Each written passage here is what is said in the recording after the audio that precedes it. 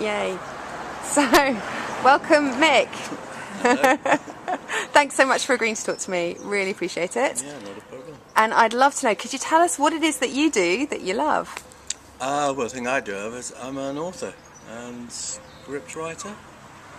Yeah. Wow. So what kind of things do you write scripts for and Well, the write? script is a 60s crime caper, a bit like The Italian Job.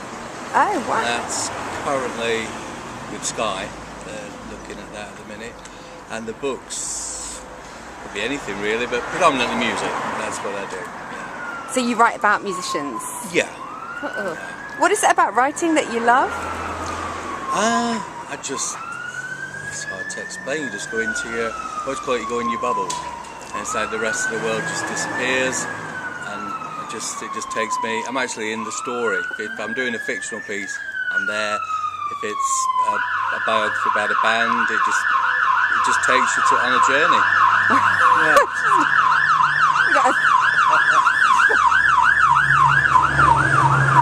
Fire engine in the background, that's what we like. So, have you always been a writer? No, I used to work in finance. No way. Yeah. Seriously? Yeah. What did you do in finance? See, I'm shocked now. It was stuff like mortgages, loans, yeah, for the subprime market. Wow. Just before the big crash of 2007 or 8, God. it was, yeah. So what made you kind of flip from being... Well, I was writing, and I was doing it. I started writing about 10 years ago. Yeah, about 10 years ago. So I was doing that and still doing the day job, but then you can't do two. Yeah. You find yourself falling down between the two stools. So I thought I've got to make the decision. And when my marriage sort of broke up and I moved down to London, that's when I thought, no, I've got to give this a proper shot. And luckily, I'm still doing it 4 years later. So. God, it's incredible. Yeah, And so different from finance. well, yeah, I mean, how it all came about was I was out, a friend of mine who'd written a couple of books. I think he's on his second book, and they were both on the Sex Pistols. So, and I was a huge fan back in the day. So we were out one night just before he moved down to London first of all, and his phone went, and he went, "Oh, if you were there," and it was Glenn Matlock from the Pistols. And he went, "See what happens when you write a book about them." And I think my words were something like, "Well, I wish I'd written a book about it, so then he might ring me up." And I went, "Well, do it, and I'll get you a book deal." And I think he'd forgotten about that by the next pint, sort of thing.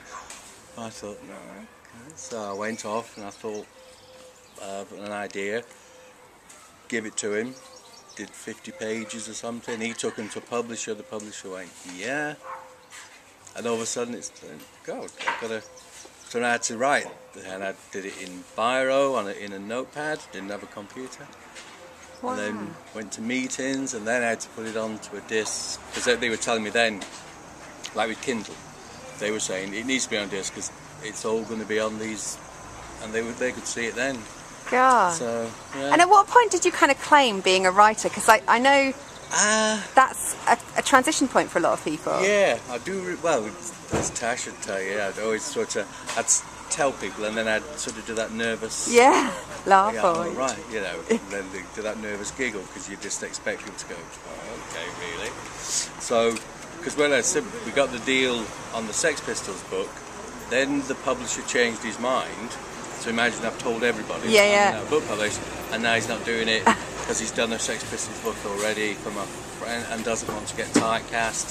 So it's like, So he said, "I can picture it now." And he said, "Well, what else have you done?" And this was at his office in London. And my mate went, "I've told you, this is his first one. He hasn't done anything." And I was sort of going, and I went, "Well, actually," I said, "just to keep my hand in, if you will, we didn't have any kids with my ex, so we had 2 Persian cats, so we were just called them the kids. So I wrote a fictional story because we lost one of them one day, and it was like, well, I wonder where he went. So it was like he went off to this fantasy world. It was never meant to go anywhere. It was just for her. It was never ever meant to go anywhere. And I said, "Oh well, didn't expect any more of it."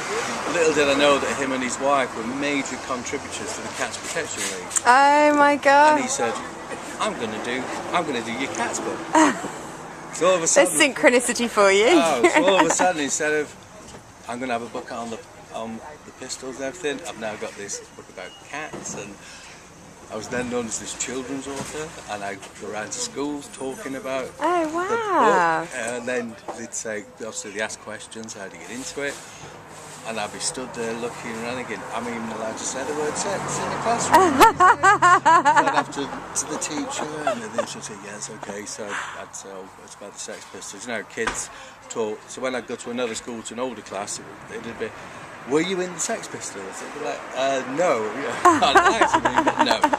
I've written a book on them, but it's not out yet. And it just sort of, That's so cool. went from there. So what advice would you give to someone who was struggling to do what they loved? I mean, maybe they're in a finance job and they've got a dream of something different. What, from where you are now, what would you say to them? Just never give up. Just keep doing it. I know it's a cliche, but as long as you keep on it and keep on it and just keep at it, and I think that it will come around for you. It will. Yeah. Thank you so much. That's fantastic. No problem. Really